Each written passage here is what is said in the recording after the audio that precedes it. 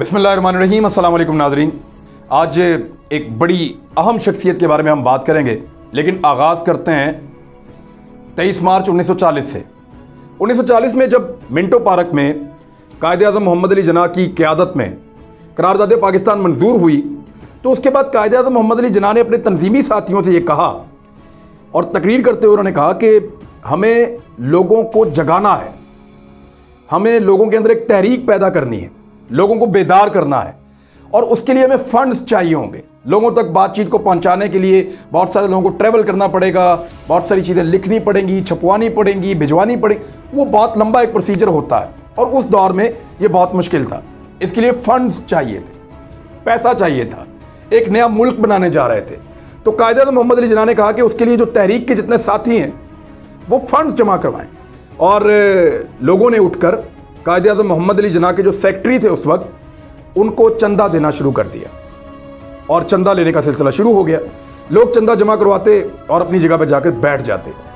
उस वक्त वहाँ जितने शुरका मौजूद थे, जो पहली सफ थी उसके पीछे एक कुर्सी के ऊपर से एक लंबे कद का नौजवान खड़ा हो गया। उसने सर के ऊपर लुंगी सजाई हुई थी और देखने में वो बड़ा वजी था, बहुत खूबसूरत था। उस नौजवान ने खड़े होकर बड़ी रोबदाब आवाज़ के अंदर उसने कहा कि सेक्रेटरी साहब, जितना चंदा इन सब ने मिलकर जमा करवाया उतना ही चंदा आप मेरी तरफ से जमा कर लें। कायद-ए-आज़म मोहम्मद अली जिन्ना साहब और उनके अलावा वहाँ जो बाकी लोग मौजूद थे, सारे शुरका, वो हैरत ज़दा हुए, वो दंग रह गए।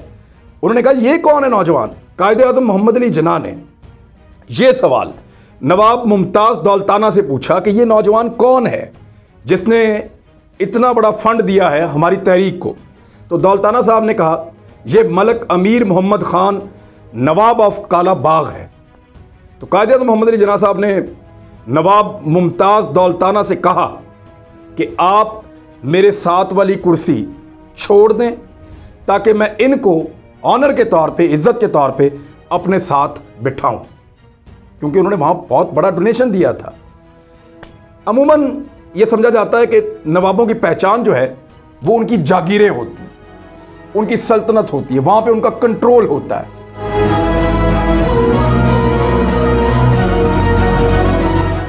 ये इज्जत नवाब ऑफ काला बाग को इसलिए नहीं दी कि वो बहुत ज़्यादा पैसा था, वो इसलिए दी कि वो ज़्यादा डोनेट कर रहे थे, ज़्यादा हिस्सा ले रहे थे आज़ादी की तहरीक में, और उस वक्त वो बड़े सगीर के मुसलमानों के लिए ऑक्सीजन का दर्जा रखती थी।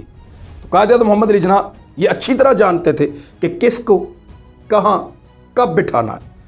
तो अमूमन ये समझा जाता है कि जो नवाब लोग होते हैं उनकी पहचान उनकी बड़ी बड़ी जागीरें होती हैं, उनकी पहचान उनकी दौलत, उनका कंट्रोल, उनका दबदबा और उनकी बहुत बड़ी बड़ी ज़मीनें, वहाँ पे रहने वाले मज़ारे और लोगों के झुके हुए सर, ये चीज़ें उनकी पहचान होती हैं। लेकिन नवाब ऑफ काला बाग जो अमीर मोहम्मद खान, उनकी ज़िंदगी में उनकी पहचान उनकी जागीर नहीं थी, उनकी नवाबी नहीं थी, उनका कंट्रोल नहीं था, बल्कि उनकी पहचान अपनी मिट्टी से मोहब्बत और उनके उसूल थे।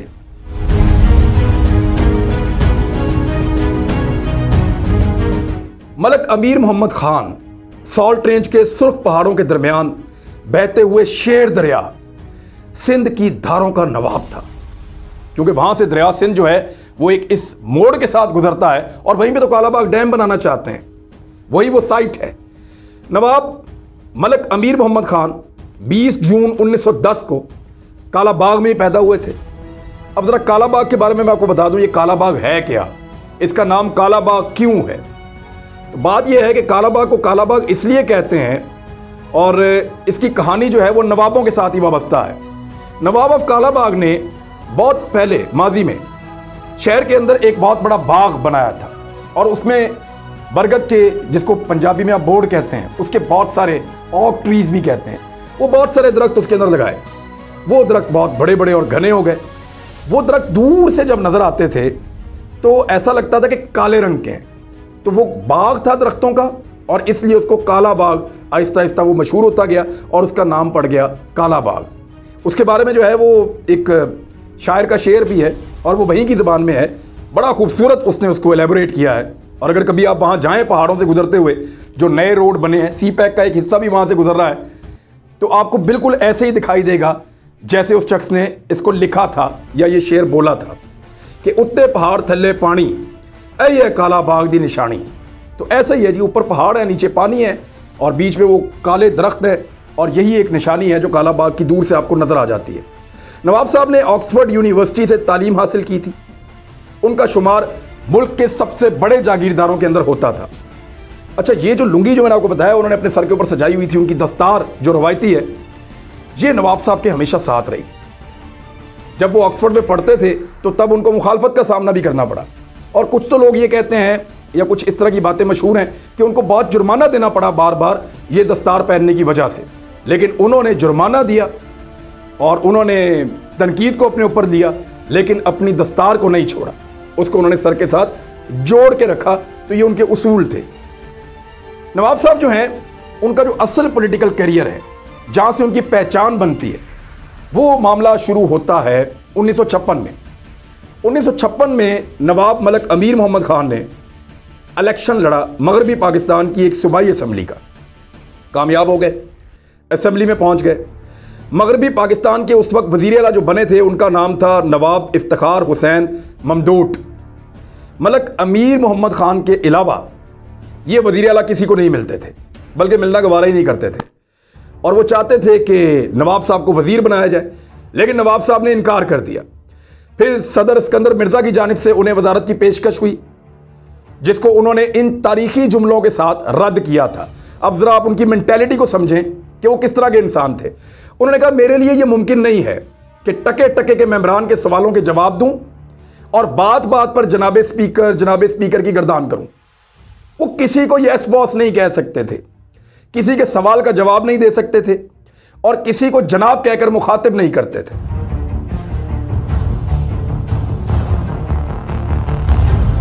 ये उनकी शख्सियत का एक रंग था।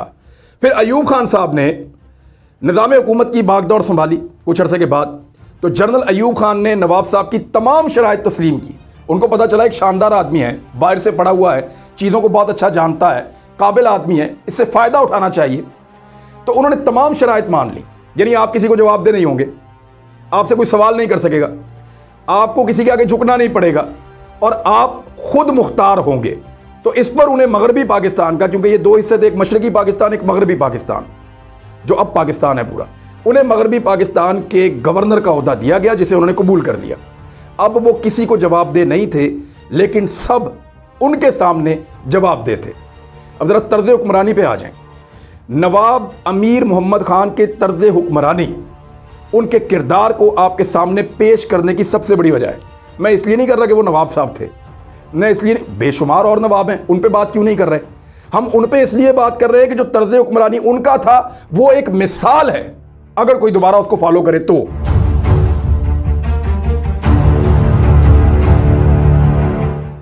नवाब साहब की उस दौर की हुक्मरानी आने वाले हुक्मरानों के लिए एक मिसाल बन गई। आज भी आम आदमी उनके तर्ज हुक्मरानी की मिसालें देता है। यानी लोग कहते हैं कि ये चीज़ महंगी होगी, वो महंगी होगी, आज नवाब अमीर खान होता तो ऐसा ना होता। लोग ऐसी मिसालें देते हैं, गांव देहातों में आज भी कहते हैं। उन जैसी इक़्तिदार की ताकत ना पहले कभी किसी ने इस्तेमाल की और ना उनके बाद कोई ऐसी हिम्मत कर सका। मनसब पर फायज होने के बाद उन्होंने ये पाबंदी लगा दी कि उनके अपने ख़ानदान का कोई शख्स भी गवर्नर हाउस में दाखिल नहीं होगा, और ये वाहिद गवर्नर है। इसके बाद ऐसा नहीं हुआ। ये एक ही गवर्नर है जिसके घर का कोई शख्स गवर्नर हाउस में दाखिल करने से उन्होंने मना कर दिया था। पाबंदी लगाई थी कि अपनी अपनी जगहों पे रहो, गवर्नर हाउस से आपका कोई ताल्लुक नहीं है। और आज जो गवर्नर बनता है उसके लिए सबसे बड़ी अट्रैक्शन गवर्नर हाउस की इमारत है। वो अपने सारे कुंबे को इकट्ठा करता है और वहाँ पे रखता है। एक दफ़ा सफ़र पर जाने लगे तो सूरत हाल कुछ ऐसी बन गई कि उनका एक बेटा उनके साथ गाड़ी में, उसको बैठना पड़ गया। तो बेटा जब गाड़ी में पीछे उनके साथ बैठने लगा तो उन्होंने कहा, नहीं, ये जगह जो है ये मिलिट्री सेक्रेटरी की है, तुम ड्राइवर के साथ आगे बैठो, और बेटे को आगे बिठाया। वो जब एक और बड़ी अहम चीज़ है, जब वो अहम तैनाती के लिए इंटरव्यू करते अफसरों का, तो ख़ानदानी पसे मंज़र तक पता करते कि इसका बाप कौन था, दादा कौन था, माँ कौन है, ये किस ख़ानदान से ताल्लुक़ रखता है, और कई पुश्तों के बारे में बाद आगाही हासिल करते थे। उनसे सवाल किया गया कि इतनी एहतियात क्यों नवाब साहब? तो उन्होंने जवाब दिया, हम लोग तो घोड़ा और कुत्ता ख़रीदते हुए भी शजरा देखते हैं, ये तो मेरे मुल्क का मामला है। इतने मोहतात थे। हुक्मरानी का उनका ये आलम था कि उनके दौर में लाहौर में एक 5 साल का बच्चा अगवा हो गया। ये बड़ा अहम वाक़या है, गौर से सुनिएगा। 5 साल का बच्चा अगवा हो गया। नवाब साहब ने SSP को बुलाकर 24 घंटे की डेडलाइन दी कि बच्चा ढूंढ के लाओ, 24 घंटे के अंदर अंदर बाजियाब होना चाहिए। लेकिन पुलिस नाकाम हो गई।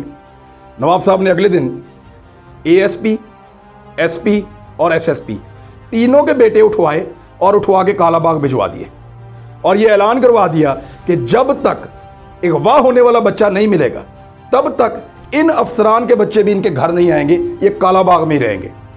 और फिर ये फार्मूला काम किया, ये नुस्खा जो है वो कामयाब हो गया और पुलिस ने उसी दिन वो बच्चा बाजियाब करवा लिया। ये था फार्मूला और ये वजह थी कि वो कह रहे थे कि मैं किसी को जवाब दे नहीं होऊंगा और सब मुझे जवाब दे होंगे। तो इस तरह का इंसाफ उन्होंने अपने दौर में किया। वो मगरबी पाकिस्तान के हालात से मुकम्मल मालूमात चाहते थे, डायरेक्ट उनके पास मेल्स आती थी, खुद खोलते थे, खुद अहकामात जारी करते थे, खुद ही पेशरफ्त से आगाह रहते थे। तो बहुत एक्टिव आदमी थे, बहुत ज़्यादा काम करते थे।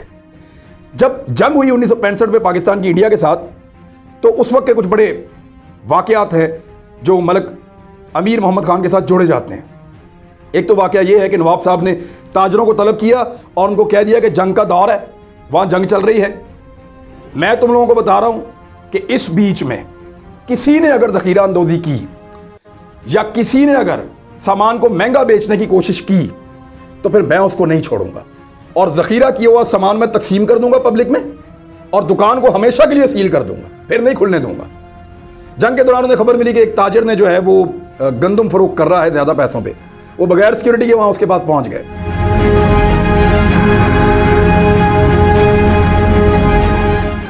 तुम ये समझते हो कि अमीर मोहम्मद जंग में मसरूफ है और तुम मनमानी कर लोगे, मेरी मूंछ को ताव आने से पहले नर्ख अपनी जगह पर ले आओ, वरना ऐसी सजा दूंगा कि रहती दुनिया याद करेगी।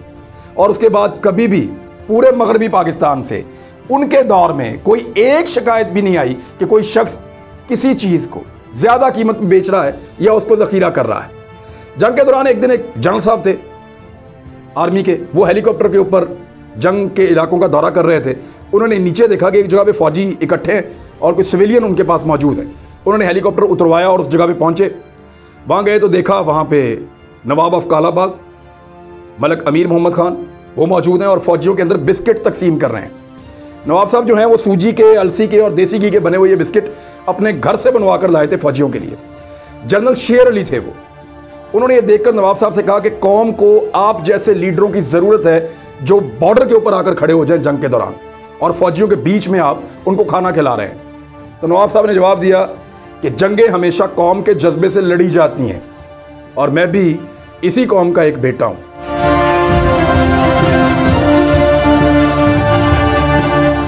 नवाब साहब एक मिसाल बनते चले जा रहे थे, वो मशहूर होते चले जा रहे थे, लोग उनकी मिसालें देने लगे थे और उनके तर्ज़े हुक्मरानी से खुश थे। और आपको पता है कि जब भी कभी ऐसा होता है तो सियासी इख्तलाफात पैदा हो जाते हैं। अयूब खान के साथ उनके सियासी इख्तलाफात शुरू हो गए और वो 1963 में जमात इस्लामी का एक कारकुन फायरिंग हो गई जलसे में, वहाँ पे मारा गया। तो उस पर उन्होंने एक जमात इस्लामी को ख़त लिखा और उसमें उन्होंने कहा कि मौलाना मौदूदी थे उस वक्त कि ये मेरा तरीक़ाकार नहीं है, आप इस बात को जानते हैं, ये जो नए सियासतदान आ रहे हैं ये उनका तरीक़ाकार है। तो इशारा जो है वो तकरीबन अयूब खान और उनके नए साथियों की तरफ था। नवाब साहब और सदर अयूब के दरमियान एक जो वजह थी वो ये भी थी कि सदर अयूब के बेटे गौर अयूब वो कुछ कारोबार भी ऐसा करते थे और सियासी मामलात के अंदर कानून के मुताबिक उनके मामलात नहीं थे गौर अयूब के, सियासत के भी और कुछ चीज़ों में उनके बारे में कहा जाता है कि कारोबार के भी। और उन्होंने गौर अयूब साहब के सियासी और गैर सियासी सरगर्मियों के हवाले से अयूब खान साहब से बात की। तो अयूब खान साहब ने उनको ये जवाब दिया कि मेरी औलाद को क्या पाकिस्तान में रहने का कोई हक़ नहीं है, और इस तरह वहाँ पे तलखी पैदा होना शुरू हो गई।